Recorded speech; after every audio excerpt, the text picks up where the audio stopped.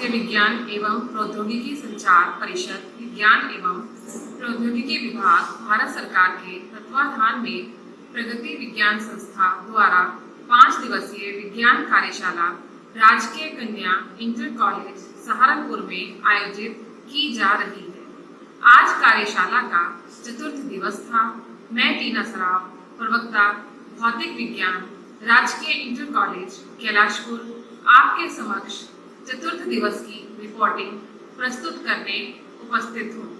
आज कार्यशाला के प्रथम सत्र का प्रारंभ BMI यानी बॉडी मास इंडेक्स कॉन्सेप्ट के साथ शुरू हुआ। वर्तमान परिप्रेक्ष्य में ओबेसिटी यानी मोटापा बहुत ही आम समस्या है। किसी व्यक्ति की हाइट और वेट माप कर उसका BMI कैलकुलेट किया जा सकता है और उस व्यक्ति का ओबेसिटी लेवल निकाला जा सकता है। कक्षा में छात्र छात्राओं का BMI कैलकुलेट कर हम उन्हें उनके स्वास्थ्य के प्रति जागरूक कर सकते हैं। आज 42 प्रतिभागियों से आंकड़े एकत्रित किए गए, जिनमें से 12 अंडरवेट, 2 परफेक्ट वेट और 28 व्यक्ति ओवरवेट पाए गए। ये प्रतिभागी कार्यशाला में सम्मिलित व्यक्ति ही थे। दूसरा प्रयोग घूर्णन गति से संबंधित था। इनमें 2 छोटी गत्ते की डिस्क और धागे का प्रयोग करके घूर्णन गति को दिखाया गया और सूर्य की गति के विषय में भी चर्चा की गई। इसके बाद सूर्योदय और सूर्यास्त के समय से दोपहर जब सूर्य की परछाई सबसे छोटी होती है वह समय कैलकुलेट किया गया। जनपद सहारनपुर के लिए आज दिनांक 12 अगस्त 2021 को यह समय 12:22 दोपहर का आया। इस समय पृथ्वी की परिधि मापने का प्रयोग किया जाएगा। 0 यही बने, यहाँ से क्रॉस करेगा। अब इसके जो भुज और कोटि है निर्देशांक,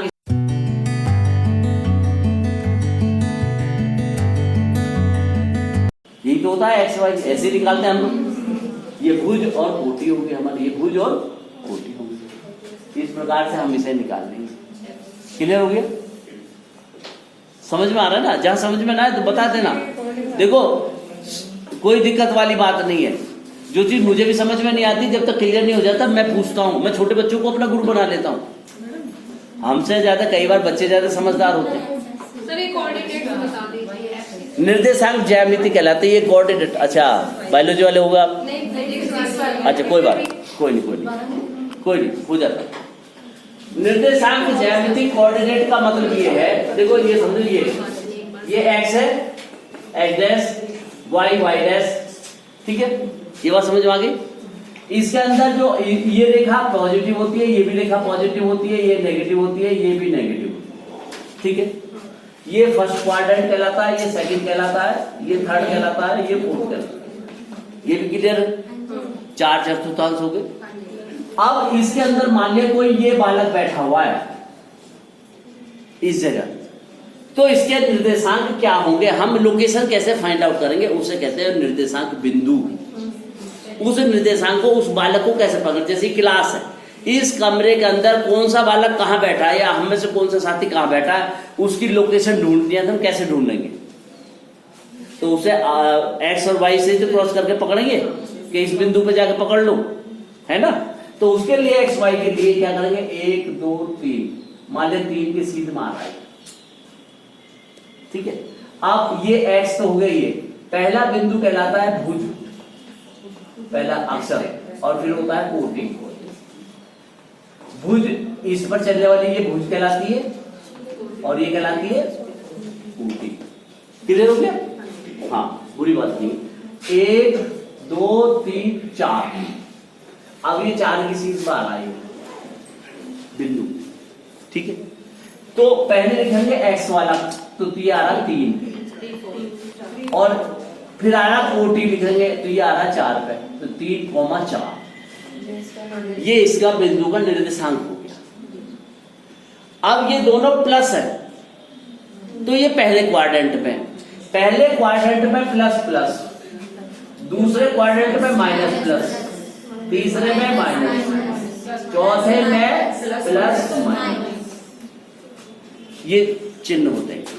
अब हमारा जो इस बिंदु का निर्देशांक आ रहा है, ये आ रहा -8.6 और 49.8, एक माइनस है, ये प्लस है, यानी कि दूसरे क्वाड्रेंट में आ गए हम, पहला माइनस दूसरा प्लस। तो हम दूसरे क्वाड्रेंट में आ गए, तो पहले माइनस चलेंगे और फिर प्लस चलेंगे, क्योंकि ऊपर को जा रहा है तो प्लस है और इस लाइन पे जा रहे हैं तो हम माइनस है, इस लाइन पे जा रहे हैं तो माइनस है, इस लाइन पे जा रहे हैं तो प्लस है। और एक बात और है, जब आप इसको चेक करते चले जाएंगे, ये बिंदु जो निर्देशांक है ये इसी को ले पाएंगे अगर आपने सही बनाया है तो। लेकिन हमारे जो बहुत सारे जो अनुभवी एक्सपर्ट टीचर होते हैं और बच्चे होते हैं, आपने प्रैक्टिकल अगर करे हो तो हम क्या करते हैं कि अपने आप को एडजस्ट करने के लिए आगे पीछे कर ले हैं, है ना।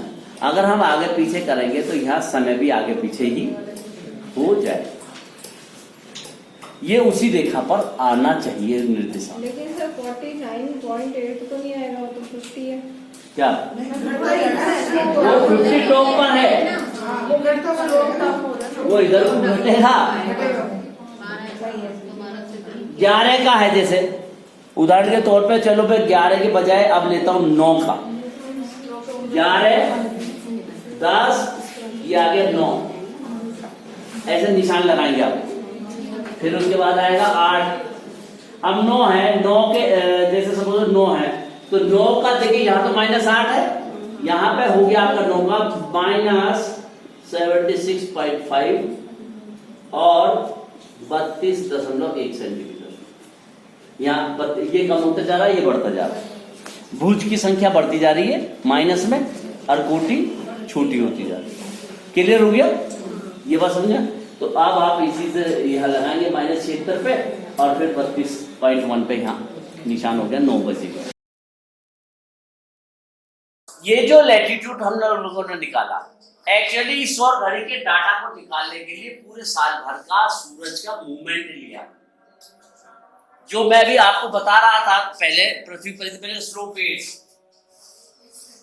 पूरे साल भर का सूरज का अगर एक जगह हम साउथ की तरफ कैमरे लगाते हैं और 1 साल तक रखे रहते हैं, तो हमारा जो कैमरे के साथ फोटो को 1 साल के इस तरह खींचो एक ही टाइम पे, तो आपका जो फोटो का कैमरा है ये इस तरह से,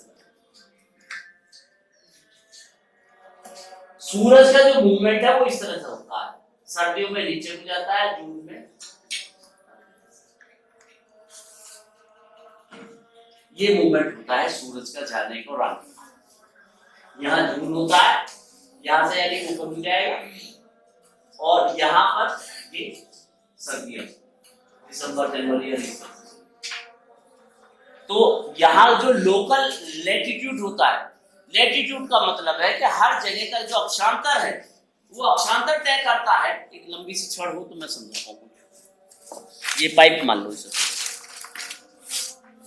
ये जो है सूरज यहाँ है,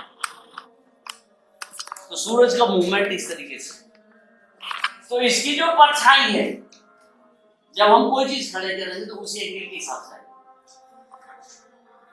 वो कैलकुलेशंस के लैटिट्यूड के आधार पर ये परछाई जहां खड़े होंगे हम, उसके आधार पर वो परछाई यहाँ है।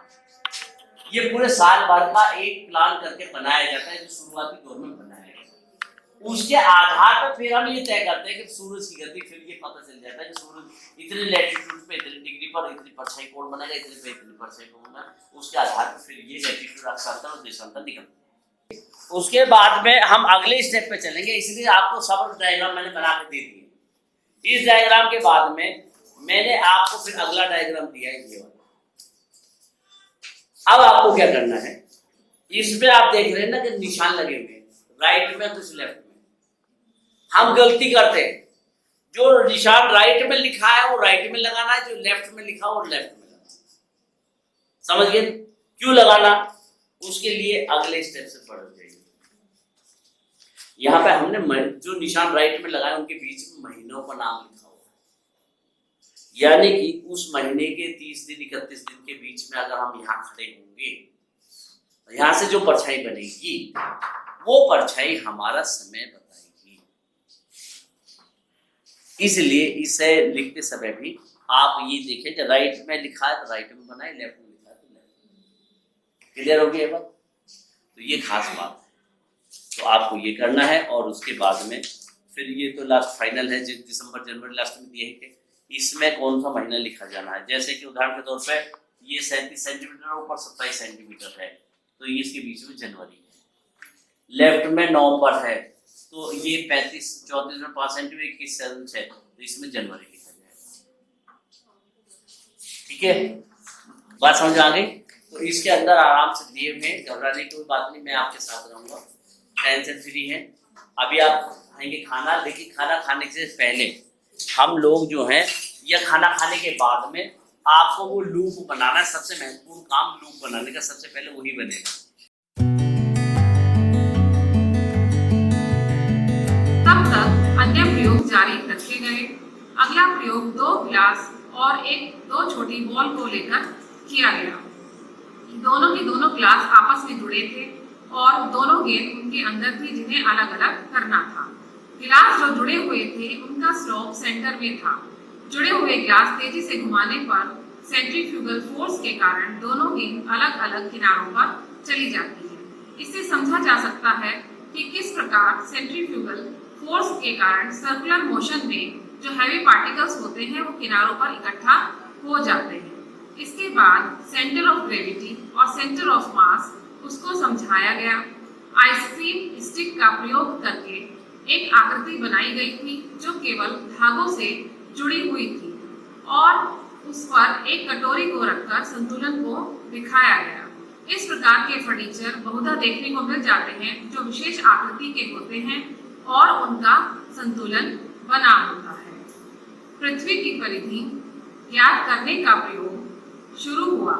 यह अत्यंत रोचक प्रयोग था। ग्लोब में एक जगह विशेष को दीपक शर्मा जी द्वारा बताया गया जहां स्थित एक कुएं में वर्ष में एक समय ऐसा आता है जब कोई परछाई नहीं बनती, अर्थात सूर्य 90 डिग्री पर उस समय होता है। यह विज्ञान और भूगोल की इंटरडिसिप्लिनरी अप्रोच का उदाहरण है। इसके बाद खोखले पाइप के माध्यम से सूर्य ग्रहण को देखने के लिए एक यंत्र बनाया गया। यह अत्यंत रोचक था। उसके बाद छलनी पर पानी का गिलास उल्टा किया गया और देखने वाली बात थी कि पानी नीचे नहीं गिरा। इसके पीछे का सिद्धांत ससंचक बल और निर्वात के कारण उत्पन्न बल को दीपक शर्मा जी द्वारा स्पष्ट किया गया। इसके बाद लोहे का चूर्ण और बार मैग्नेट की सहायता से चुंबकीय बल रेखाएं बनाई गई। सभी प्रतिभागियों ने बहुत अच्छे से चुंबकीय बल रेखाओं का बनना देखा और उनको चुंबक को खिसकाने पर जो चुंबकीय बल रेखाओं में जो परिवर्तन आता है उसे भी उन्होंने देखा। कक्षा में कई बार पढ़ाते हुए हमारे पास लेंस नहीं होते या दर्पण नहीं होते तो किस तरह से हम एल्यूमिनियम फॉइल या चम्मच की सहायता से उत्तल और अवतल दर्पण बनाकर छात्र छात्राओं को दिखा सकते हैं, यह भी आज हमने चतुर्थ दिवस की कार्यशाला में सीखा। प्रयोगों की तरफ आगे बढ़ते हुए एक होलो पाइप से किस प्रकार तारों की गणना की जा सकती है और स्थान विशेष पर कितना प्रकाशीय प्रदूषण है इसको समझा जा सकता है। साय 7:30 बजे से 8:30 का समय इसके लिए सर्वाधिक उपयुक्त बताया गया और कहा गया कि खुले आकाश के नीचे एक निश्चित कोण पर 10 दिशाओं में पड़ने वाली तारों की संख्या को नोट कर लिया जाता है और उसका औसत निकाल लेते हैं। इसका जो औसत आता है वह अधिकतम 3.8 और न्यूनतम 0 प्राप्त होता है। जितना कम औसत होगा प्रदूषण उतना ही अधिक होगा, यानी कि जितनी कम तारों की संख्या होगी प्रदूषण उतना ही अधिक होगा।